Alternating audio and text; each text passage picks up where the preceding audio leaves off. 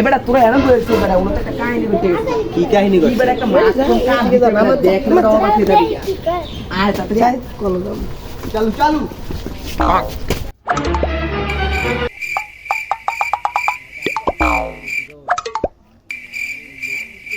কিরে তোরা চেয়ারে কিছু কবি ভাই আল্লাহর কসম তুই এই কাটিং করতে দিছিস সেটা আমার একটু কষ্ট ভাই, আল্লাহর কসম লাগে।